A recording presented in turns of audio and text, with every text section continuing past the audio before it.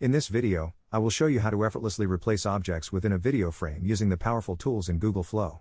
This process is incredibly intuitive and allows you to transform elements of your footage with just a few simple steps.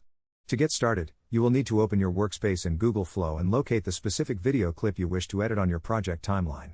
Once you have selected the clip, look for the Edit button and tap it to activate the conversational modification interface.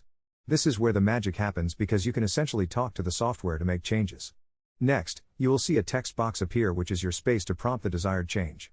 For our example today, we want to transform a vehicle in our scene, so you should type a clear instruction into the box such as "Please change the car into a sleek motorcycle."